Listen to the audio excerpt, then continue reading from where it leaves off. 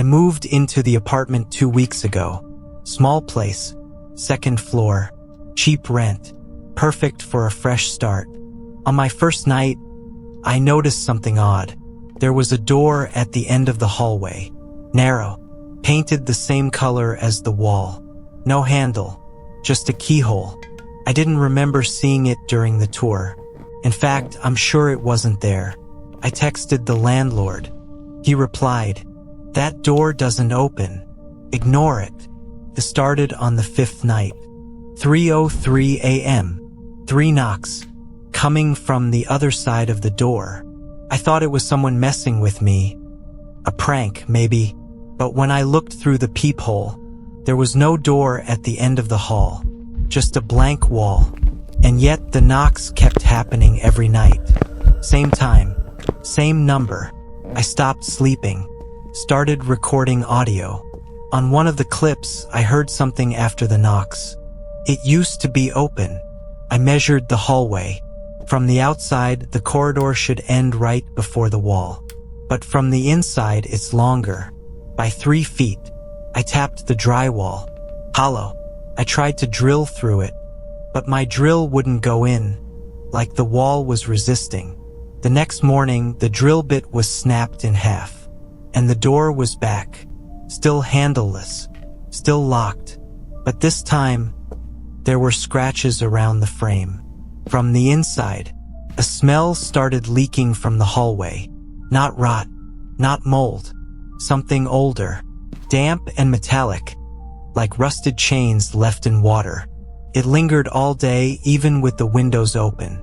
That night, I dreamt I was standing in the hallway, watching the door slowly open. There was someone behind it, tall, no face, just darkness shaped like a man. He reached toward me, and I woke up choking, my bedsheets soaked, and the hallway lights were all off, even though I'd left them on. Last night, I left my phone recording near the door. At exactly 3:03 a.m., the knocking returned. 3 sharp knocks, then silence, then a whisper, soft, almost childlike. "You forgot to lock it." I didn't sleep after that. This morning I checked again. The door was cracked open half an inch, and from inside the darkness, I could hear something breathing. I found an old cassette tape in the hallway this morning. No label, just left outside the door. I don't own a cassette player, but I found one at a thrift store and brought it home. I pressed play. Nothing at first. Then footsteps. A long hallway, breathing, and then a voice, low and broken. "I was the last one. Don't open it. It remembers." The tape clicked off on its own. When I looked up, the door was open another inch. I couldn't take it anymore. I pushed the door open. Behind it was a room, narrow, bare walls, stone floor, no light source but somehow dimly lit. It stretched farther than the dimensions of the building should allow, farther than logic. I stepped in. The second I crossed the threshold, the door slammed shut behind me. But when I turned, there was no door, just wall. The room started humming, like it was alive. I walked for what felt like hours. The walls were no longer stone. They were soft, damp, breathing, like lungs made of old plaster. Eventually, I found shapes, people, but not moving, just standing facing the walls, silent, frozen, their mouths open as if mid-scream, but no sound. I whispered, "What is this place?" One of them turned their head slightly and said, "You're here now, so we can rest."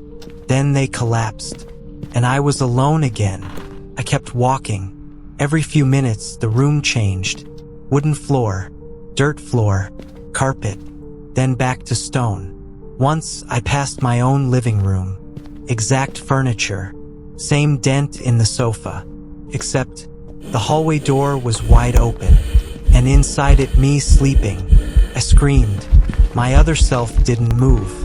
I reached for the door, but it disappeared, and I was back in the hallway again.